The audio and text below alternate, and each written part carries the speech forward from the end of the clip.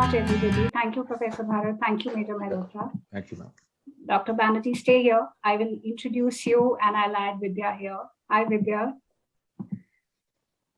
So let me quickly introduce our second segment and let me introduce our panelists. So Dr. Devanjin Banerjee has completed his post-graduation and postdoctoral in geriatric psychiatry from the esteemed National Institute of Mental Health and Neurosciences, what we know as NIMHANS. He has been attached with the geriatric unit of NIMHANS for over 5 years. Before presently, he's practicing as a consultant in Kolkata. He specializes in aging and old age-related mental health problems and has several awards and distinctions to his credit. He has also presented in several national and international conferences and has several publications in peer-reviewed national and international journals and is a columnist for several dailies. And he's also been, helping with articles that we write at Silver Talkies magazine too. So thank you so much, Dr. Banerjee, for joining us today. Vidya Shenoy is Secretary General of ARDSI. She's Honorary Secretary of Mumbai Chapter, and she's also the member of Mental Health Authority, Government of Maharashtra.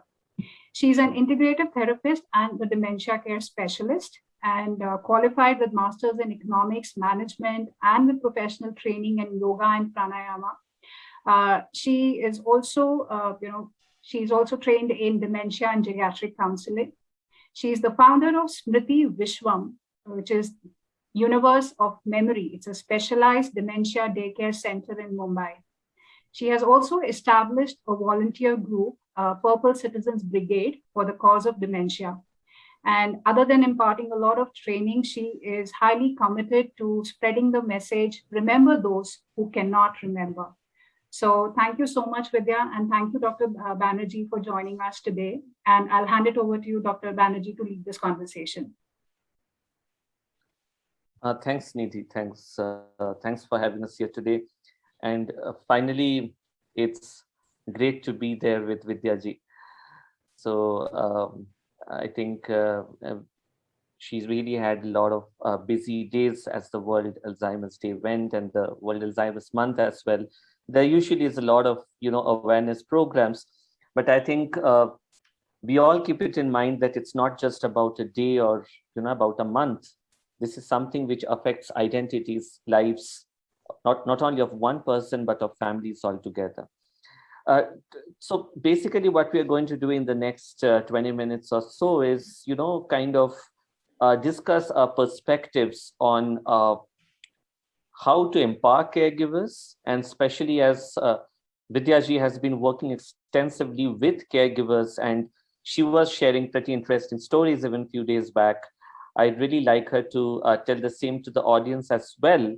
So that definitely there are a lot of challenges, there are a lot of negativities, and I keep telling this, ironically, that we hear a lot of people tell us that you have to be positive, but nobody really tells us how to be positive. So I think we are here to discuss the how today rather than a directive statement. But just to briefly start with what Nidhi asked me initially. Early diagnosis of dementia. See, let me be very clear about it that there is nothing to panic. It's not, it's not a direct genetic illness like your thalassemia or hemophilia, that it has a one-to-one transmission from a parent to child. Just that, as Professor Bharat very aptly said, you will know when there is something wrong. But for that, you have to also understand that everything is not due to age. A commonly sanctioned belief is that forgetfulness happens due to age. A person's role in society declines due to age, which is not correct. And what signs you see in a person developing dementia very much depends on what his or her role in the family and society is. Because, whether we agree or not, in many cultures, still, if you cross a certain age, you are expected to rest, expected not to be involved in activities, and the family members tend to do most of the things for you, many places, and that's why the detection gets delayed. A farmer who has to take care of the cattle and water the fields every day in a rural district has a very different threshold of diagnosis compared to a professor who has started forgetting numbers with which he has dealt with throughout his life. So what type of memory declines also depends on the type of dementia, whether it's the numbers, the name, the face, the daily activities. But the best way to tell is always start looking for subtle signs. So let's say someone who has been immensely meticulous about where the person keeps his or her specs starts losing it often, not once or twice. It's not about problems in having attention, but problems in memory. So it's not forgetting what you really read in the news, but it is, repeatedly, even on reminding you, are not able to recall. Or let's say someone goes to the market and forgets to bring things, what's on the list. They forget names, they forget familiar faces. Alongside, there may also be certain changes in behavior. The person may become impulsive, stubborn, doesn't sleep at night, tends to be suspicious. So there is no need to jump to a CT scan or an MRI. There are different, we can decide on whom to go to, a neurologist or a psychiatrist in US or UK. In India, where the ratio of everything is minimal, you can go to any physician. The general physician or the medical practitioner, whoever it is, if they feel that you need to be referred, you will be referred to a psychiatrist or a neurologist. Both of these professions deal with dementia, so don't worry. But if you feel that you need to have a checkup, don't delay it. Don't just postpone it thinking that this is related to age and it is going to go off. I'll be very happy to answer questions related to this. If any one of you have later, if you can direct them to me personally. For the sake of time, I was kind of thinking, especially with the theme this World Alzheimer's Month is no dementia, no Alzheimer's. And COVID being a significant challenge because every in-person activity was stopped. And as Major Saab was mentioning, the importance of touch. In fact, ironically, one of my working areas has been what we call as touch hunger or touch deprivation, and the importance of social touch during the pandemic, which becomes all the more important for individuals living with dementia. And Vidyaji was mentioning that how innovative ways they kind of brought forward online programs for the caregivers, for the individuals. So I'm sure, Vidyaji, there were a lot of caregivers who were quite apprehensive, especially during the second wave, especially with when they were not able to reach out to the individuals, they were not able to take care properly. And I'm sure it was an immense challenge because you had to deal with a number of them. So how did you really take care of it? Let me start. What were your strategies? Let me start thanking Silver Talkies Nidhi for inviting me. And it's great to have Devanjin, because we've had a kind of a bottleneck of meeting, but this is the second one in 3 days. So I think the jinx is over with. Since we're on caring, I just want to get some points up that we have to remember that dementia is not a disease alone. It is an acquired form of disability that has happened over the years. And since there's no etiology known, it could happen just to anybody, So it's very important that we treat people the way they should be. By and large, we are always looking at, the persons affected by dementia. But I think it's time more to give attention to the carer, whether it's a family carer or a hired professional caregiver. I believe that, we don't impose ourselves on the person living with dementia. We have to go with their flow. We have to align our thought process and actions towards them. It is a challenge, no doubt. And, we are seeing it all the time, how difficult role reversal is emotionally, even to accept. So what we are doing at ARDSI is a lot of awareness talks, encouraging early diagnosis. If we see in the talks, we conduct a post-talk memory clinics, and we suggest where to go. If they're in the BPL areas, we help them more, furthermore, than those who can afford it. Also, another point is that they are beyond expression of thought. So non-verbal communication plays in very, very important. I think it's very important that we have to give 70% of this attention to the carer. Pharmac medicines and all do their job. But I think as an integrative therapist, I think it's very important that we lay stress on that, the non-pharmac, not only for the person with dementia, but also the one actually taking the onus of it. We also presume that the carer is perfect. Most of them are taken for granted, especially if somebody is retired looking after a spouse, or somebody young who doesn't have a job. So they actually, they actually want to dump the responsibility on somebody else. We have large joint families who don't take the onus because there's some bakra available, like they say, a person who will do the job, and, just sending checks from overseas for parents for somebody who's living in India is just not enough. What COVID did to carers or even persons with dementia, I thought it was a big challenge. Even for us as a person, running the daycare center called Smriti Vishwam, all our 7 carers were frustrated because we had got very attached to our family over the last 6 years. And it was very, very difficult with the protocol that you can't travel and what have you. But eventually we got, the permissions required, and they started doing home visits. What I found was that, we used to surprise them with gift packages of art and craft materials. So there would be activities they could do at home, or, things, snacks that they would enjoy at the center. When they were new, we would try and find out as much as they could and conduct these activities. Now, during COVID, we actually had closed down the center a week before the official lockdown came, knowing that, they were more vulnerable with comorbidities and we had to take care of our family. And once it stopped, we started offline. Now, there were 2 challenges which I thought, would they be able to focus? And believe me, it was very, very pleasant to know that the COVID actually got the positive side. I mean, I like to see the positive side as much because it helps the, the thought, the feeling within. So in this time, they learned to focus on the camera, on the screen, on the phone or a laptop. So that is what we found the positive side. And we had some precious moments where, they were so used to seeing us, they would come very close to the screen to kiss us when we said goodbye or, see you tomorrow or something.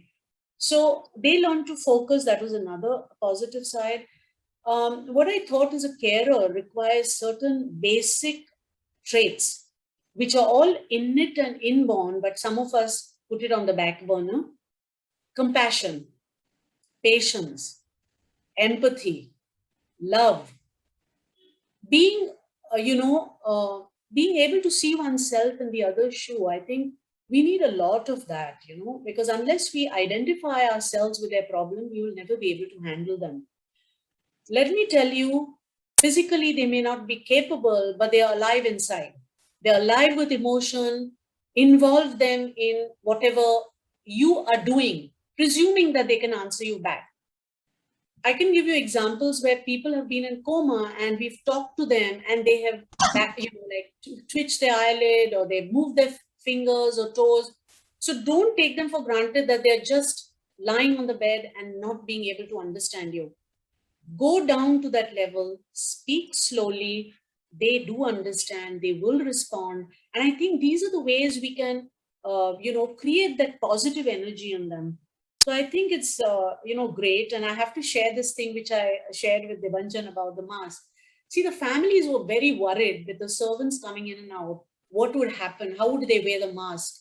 Because, they can be obstinate brats, The little children, you can give a little small whack or something, so long as it's in India. Overseas, they probably get a counselor to come home. So you can't do that with your parents or your spouse. So we tried a little game to play with, where we started playing hide and seek, covering the eyes. And this went on for a while. And then we saw the mask, like, what is this? We closed it over the eyes. Then we started saying, like peekaboo, peekaboo. and then over the mouth, sliding it to the mouth. And believe me, in less than 10 days, we had them all wearing the mask. Okay. So we treated them like children, and in the bargain, we became like children. So there's nothing that you can't, or, make them sing memory, the old nursery rhymes. Like, for example, pussycat, pussycat, where have you been? So somebody would say, I've been to London to look at you, my queen. Humor is there. So, I think we have to sort of ignite that mischief, that childlike thing, which is very, very vibrant and alive in their recent memory. So, COVID for me is very positive, and I'll tell you what the acronym means to me later. Right, Vidyaji. I think that's a very different way of looking at things. And in fact, I also, apart from dementia care, I think COVID has really given us an opportunity to relook at the importance of mental well-being in our lives. Like, we practice public hygiene, hand hygiene. I think it has also stressed on the importance of mental hygiene for us. And I only hope, but I'm also a little skeptic that it shouldn't, last as long as the pandemic lasts. It should also last beyond the pandemic. That brings me to, the thought of that there are certain, certain individuals, especially as we were discussing, the profiles of caregivers make a lot of difference. So a spouse versus a child. And sometimes there are conflicts between the children, between the spouse and the child. So, and burnout is a significant issue. So for someone who has difficulty in accepting the diagnosis, when conveyed to them, and that's something which I think as mental health professionals, we often see, there is a disbelief, this cannot happen. So that is one of the reasons why people, in fact, go from one doctor to other, from different forms of medicine, to alternate complementary medicine. Now, all these are fine. All of these are good. It's not that I'm only speaking for modern medicine. But then what happens is this disbelief or this lack of acceptance has no bounds. And in the process, the denial stays, and that kind of transits either as an overt or a covert abuse to the individual living with dementia. So I'm sure you have seen many such instances. So in these cases, when these caregivers, you confront them or you deal with them, how do you really help them accept that this is a diagnosis, and this is a diagnosis that they have to live with? Professor Bharat has given really useful insights about how he dealt with it and his journey. But how do you approach the caregiver? I'm sure that many of us present here will be benefited from that as well. Yeah, thanks for asking this, because it's a very common question and problem that we face. Nobody likes to hear their family member being diagnosed with dementia, more so because they are not aware of the disease. And I think it's a kind of a self-concern that how am I going to manage? Okay. And I'm sure Professor Bharat and Majorji also went through that. How are we going to manage? And the first thing is accept. You might go to 10 specialists, they'll all say the same thing. So it's best that you stick to one specialist. And if you want, it's normally advised that you take a second advice, second opinion, that's fine. But once you learn that you have accepted it, I think that's more than half the battle won. We have peer groups, we have support groups. We're always accessible. Now we're a pan-India organization with 20 plus chapters all over India, membership with ADI, that's Alzheimer's Disease International. Quite a few chapters have their daycare centers. Some state-run ones are in Kerala, which are 24-hour care, and a lot of chapters are planning to do other things. But I think the carer has to have some support, and they should know where to go to. But more often than not, nobody wants to talk to their family because there might be an issue of who will manage it. They don't want to go out in society, see a neurologist or a psychologist because they are, I mean, psychiatrists, because they think, oh, people will come to know somebody's crazy in the family. So there's a social stigma. And I think that's what we are interested in, spreading the message, creating more, awareness, also letting people know that dementia is a mental disorder, like any other organ has a disorder or a disease. They say, oh my God, he's suffering from dementia. And I believe that they are family. They're as complete as we are, so long as we want to see how complete within they are. So they are living with the problem. We don't say that, oh, they're suffering from cancer, they're suffering from, heart disease. Why the word suffering? Each organ has its time, duration, limits to which it can function. It can get by age. So I think we have to socially accept that this is something we can do something about, and for which early diagnosis, early intervention. And I think we need to talk more openly so that carers get support. I mean, when somebody has no children, and what are they going to do? Community can help, but we should come forward. We should not wait for being asked, can you help me? And that's what we're trying to organize. We have this Purple Citizens Brigade. That is a young volunteer group where we have quite a few psychologists who spend time with the carers, who have especially the third year or somebody doing clinical for their masters. So this is one way in which carers can be addressed, and I think it's very, very important for carers to be in the spotlight. Of course, to have the person living with dementia, but I think carers should get more attention, more respite, which I call ventilation therapy.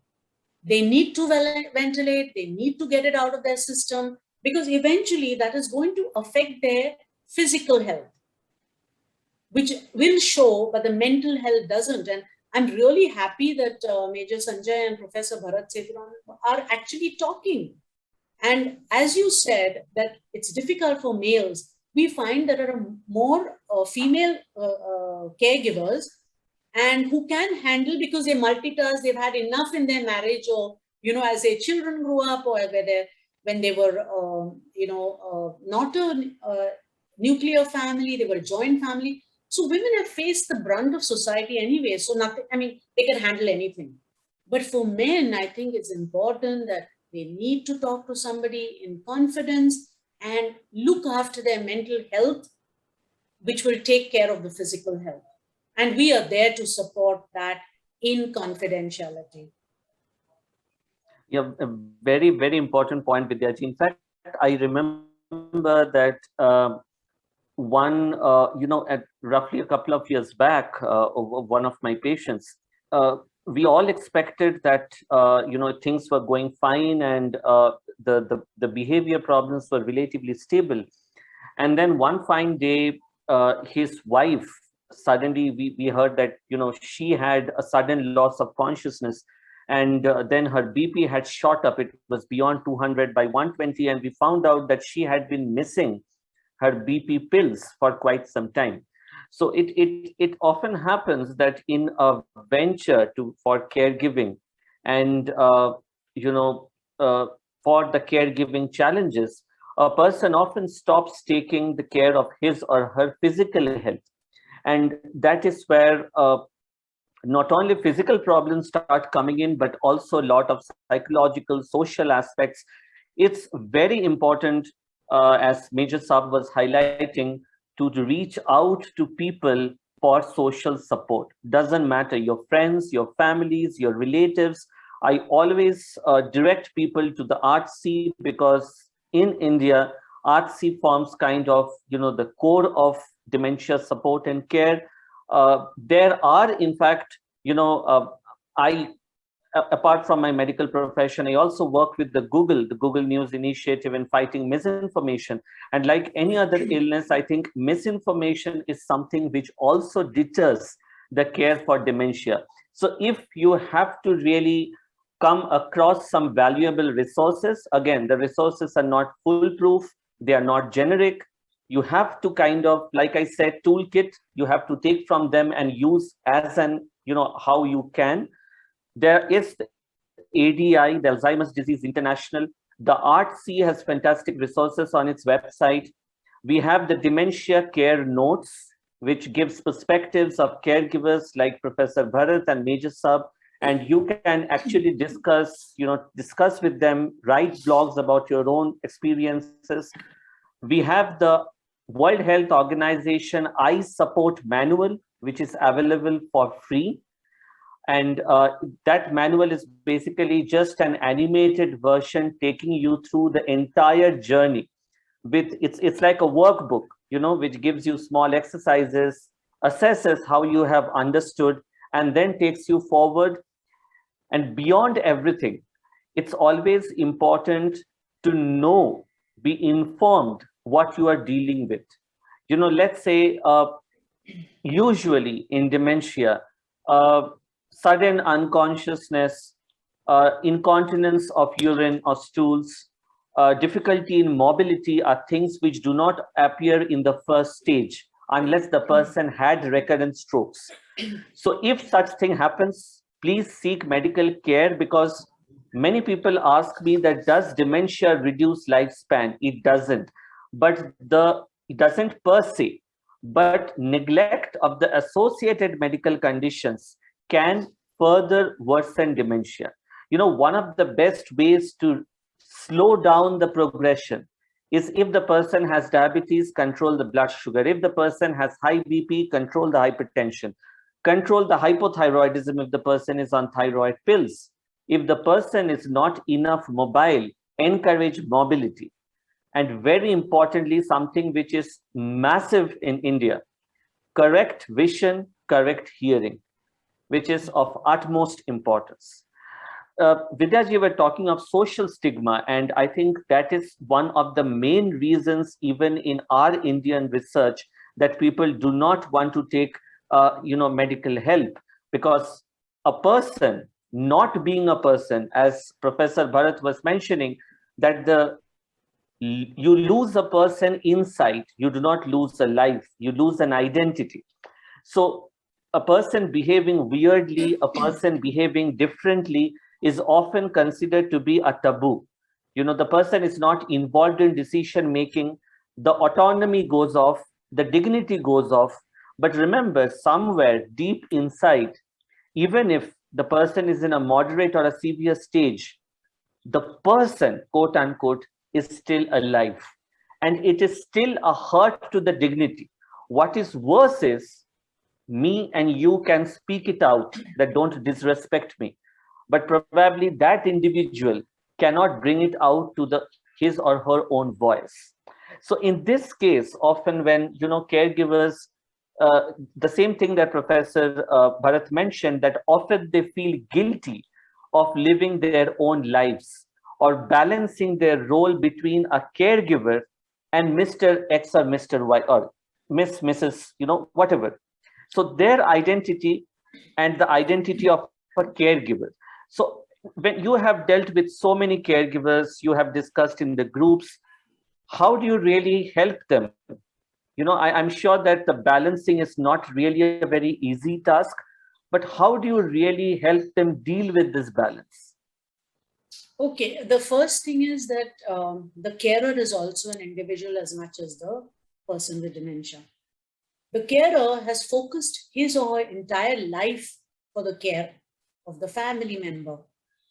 The family carer is unpaid, taken for granted, and sometimes physically abused, as much as the person with dementia, which is very common in India, which I was shocked when I went, I was doing research for a chapter for a book, and it sort of, I was appalled really, because, you grow up in certain circumstances that you feel that elders are respected and the cultural background, but no, it's not so.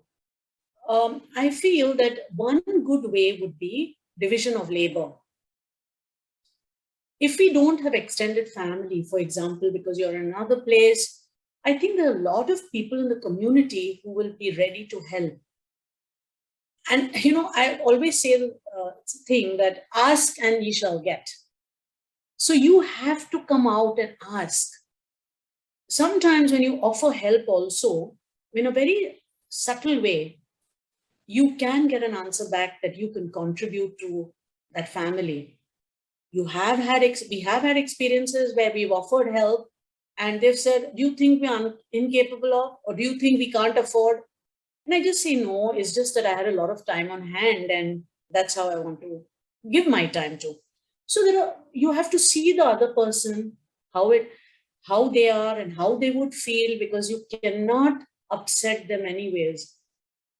When I say division of labor, I mean 24 hours to look after somebody is really difficult.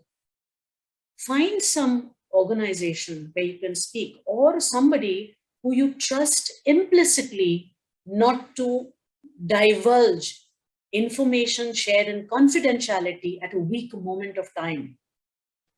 There are professionals available, there are friends available. Go to them, talk to them. Don't harbor that, because it's like acid in a vessel. You go on harboring a thing, it corrodes you within, and then you're not talking it out. Another thing would be to join a group. And, we have this system where people share the troubles, they learn from one another. And now they are so bonded that amongst themselves, I want to go for a movie today. Of course, not now, but I want to go for a movie. I want to go shopping. So amongst themselves, they have built a rapport within the group. So there is help available, And what I suggest is, wherever you are, look out for groups or, support groups or even organizations of elder care that will be more than willing to help.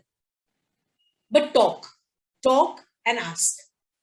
Otherwise, nobody has the insight, or I think the pace of life is so fast that people cannot read into body language. So when you can't read into body language because you have no time for whatever reason, it's up to the carer to actually ask for assistance.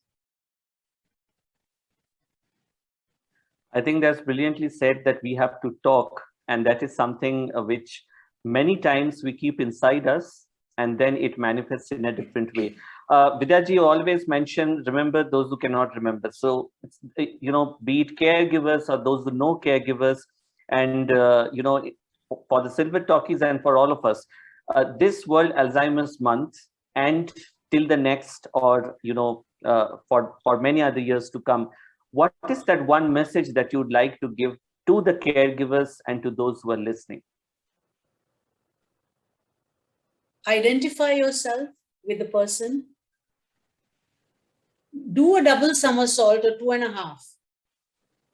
Be there for people who need you, who may not have the courage or the audacity, I think, sometimes, to ask for help. More often than not, in a culture like ours, we feel embarrassed, or we feel we shouldn't trouble somebody.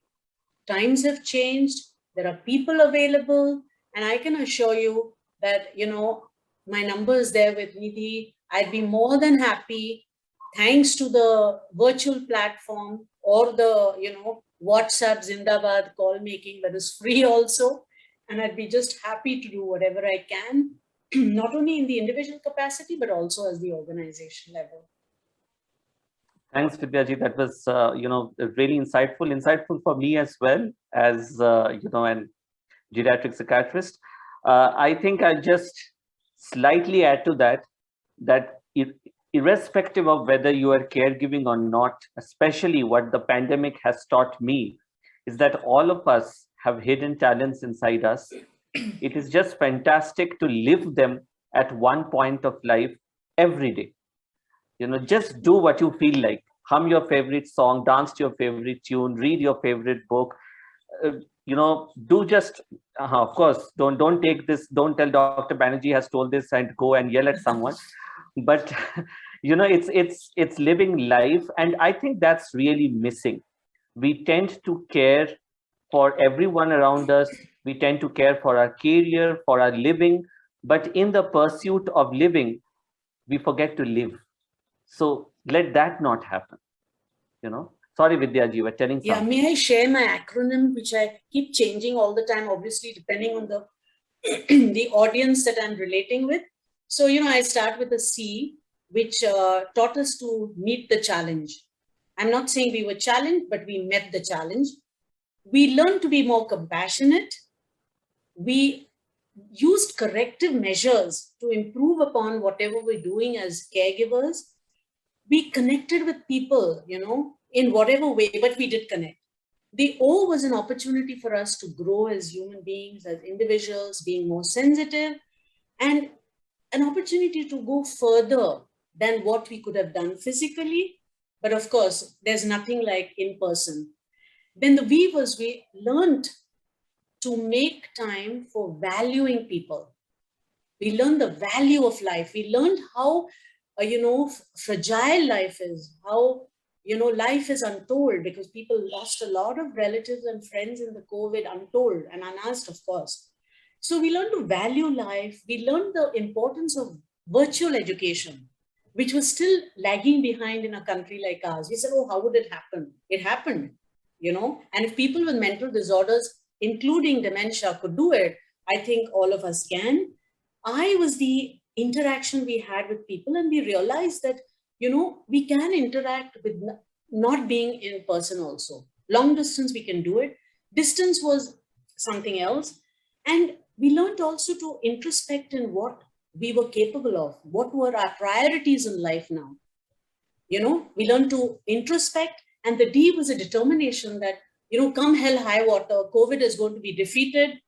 We had that determination. We learned to, appreciate, there was a time when I had no time to even look at the parrots at the window or the squirrels coming by.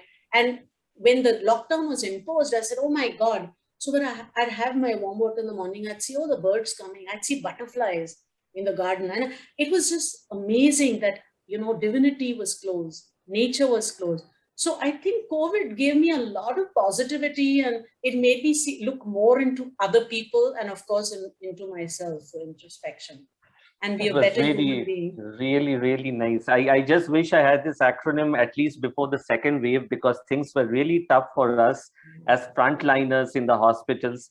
And I just like to add two things to it. For me, I think I of COVID will stand for identity, because as physicians, we learned the value of saving lives no more than now, about our own identity.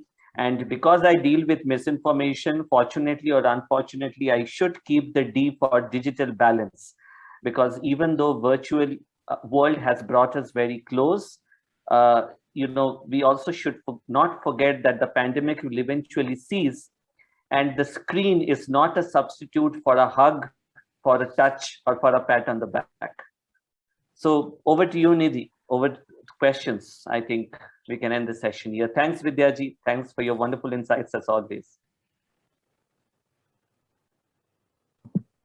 Thank you so much. I think that was a brilliant way to, kind of close and wrap up the discussion that you two were having. It was quite engaging, informative, and enriching. There are a few questions which I would like to take up, which were from the audience, and I feel they are very important. There's one question which came in from Kanchana. She asked, if detected early, can dementia be reversed? Is that even doable? Unfortunately, no, it cannot be reversed. So till now, we do not have anywhere in the world, an intervention which can reverse it. But of course, as early as it is detected, we can slow down the progression. And the earlier it is detected, the more we can slow it down. Again, I am telling this mostly focusing on Alzheimer's dementia. There are various other types of dementia, and one thing doesn't hold true for all. And having said that, I should also emphasize that let's consider dementia like diabetes, like hypertension, like other non-communicable illness. It can be prevented. Every single talk that I have gone this year, I keep talking about the Lancet Commission's report of the last year, 2020, which clearly mentions that 18% of the dementia all over the world, again, mostly Alzheimer's, can be prevented. And there are certain, things for that, like very generic things: staying socially active, staying, active in terms of brain work, controlling your diabetes, your vascular risk factors, your BP, correcting your hearing loss, and very importantly, having social connections and being aware if you are suffering from depression, because depression as an illness can often be a harbinger of dementia. So yes, it's preventable. And even though we cannot reverse it, early detection is the key. It's the most important part of management. Another question was, we have spoken a lot about the caregivers today, and I think in your session, you also spoke about how acceptance by the caregiver is important, rather than be in denial. The other opposite question was, what if the person who has an issue, who's showing symptoms of dementia, is in denial and refuses to see a doctor? How do you handle that? Would Vidyaji like to take that up? Vidyaji, you're on mute. The first thing is that, moment you see a change in personality, I think you have to go to your GP, your family doctor. The family doctor, if he finds something really wrong, he might suggest you to go to a neurologist who might first have the MMSE or the ACE test done, or even the mental MOCA test, that's the Montreal Cognition Assessment. So once those scores come, they will realize that what kind of dementia is to be diagnosed. And depending on that, the customized therapies will complement the medical intervention. We find that the carers, the family members find it very difficult. But there are times when, somebody calls us up and says, so-and-so has a new diagnosis. So I try and reach out to them saying that, I could be of help. So I think, the first thing is the person has to go to the organization if they're aware of. If not, do some homework. Internet information is available. And, suppose if somebody is not in Bombay, where are you? Like, I had a call from, a place like from Raichur. And, he said, I have this problem. And I said, okay, let me work it out. And this was just 2 days ago. And it was just blessed to receive a call, which is from a doctor who is hardly about 100 miles away. So I think the first thing is the person has to go for help. They have to seek help, because unless they express, nobody is going to know with this fast pace of life. Each one is so involved with themselves. So I think we need to work together as a community. And I think we should extend ourselves to build a very strong dementia-friendly community, which we are doing. We have submitted the strategy report to the health minister 2 years ago, and then COVID took over. But things are working. And at the Maharashtra state level, we're pretty active. And it was one of the states that had all 36 districts covered with memory clinics, twice a week. And all 36 districts are covered, and we are still going on for, working on daycare facilities in the rural areas because they can't afford, or, creation of hubs. Thanks to the Mental Health Act of 2017, things are really progressing well, and it's being monitored. So it's not that the act has been passed and, nobody's doing something about it. They're monitoring it, and we at the MHA, we are really working hard on it. And thanks to the, encouragement and involvement of the union and the state governments for doing what they need to. So it's just a matter of time. Yeah. So just in the interest of time, Vidya, could you kind of elaborate on the kind of support groups and the kind of organizational support that ARDSI provides for caregivers? Yeah. So, and how do they access it? Where do they find that information? I think that would be very important to share. Yeah. So we have a website, it's ardsi.org. Okay. You can go on that site, and we have our chapters and what work we do in that, in those chapters. So that's the first thing, to get that basic information. Next is that, you can call them up, and if there's no response, we're always available. We have a helpline that the helpline will forward it to me, or, then I forward it if it's to be done to a certain chapter, and we are there all the time, Also, we have certain areas, we have daycare centers. Some have 24-hour care assisted living homes. So I think the first thing one would have to do is go to the internet, get information, and ARDSI is always there, always, you know. So I don't think after this talk, people should need to worry whether ARDSI would actually help. We do. And our phones are always working and they're always answered. It's not like, helplines are there and nobody's answering the phone and, so I don't think anybody need worry about that. So I think I will just take one last impression from here. There were a couple of people who had this concern that, we are talking about caregivers and, support and everything, but how about those who are living alone? Do we have any organizational support or any system, any backup plan in place for people who live alone? What about them? Any thoughts on that? And we will end with this question. See, we do have home care. If somebody calls us up saying that this is the problem, even if, the children are, the Pika syndrome, parents in India, children abroad syndrome.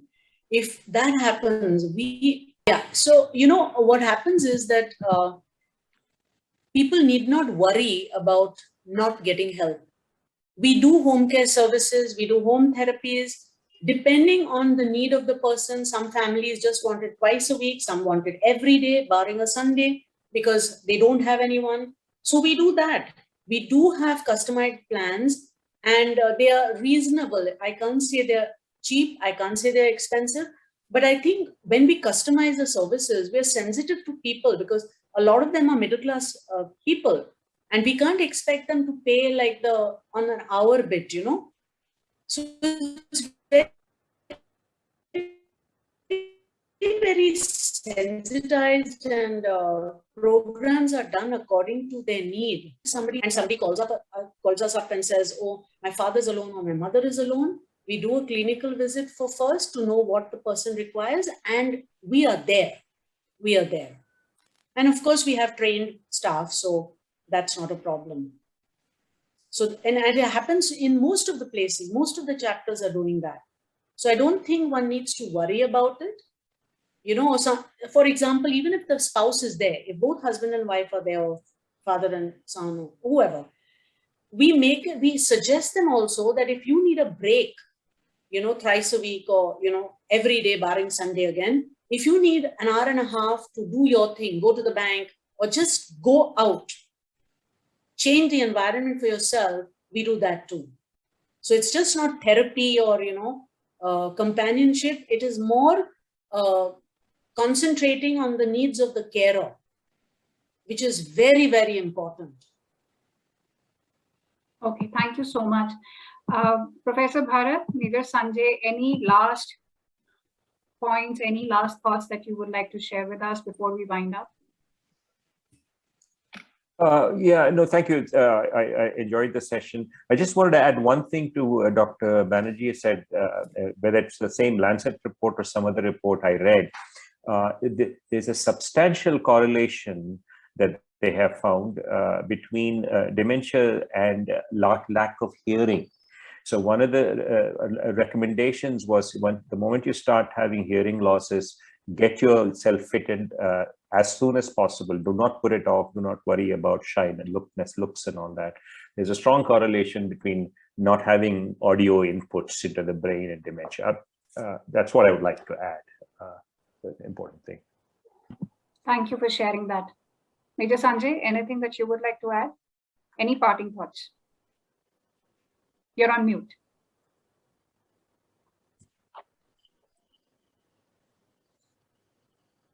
Yeah, firstly, I'll like to say thanks for this platform, really. And I like to add one thing. Today, I don't know whether my father is able to see things properly or not. I just don't know. And I don't know how to, what to do now. So that's a real problem for me.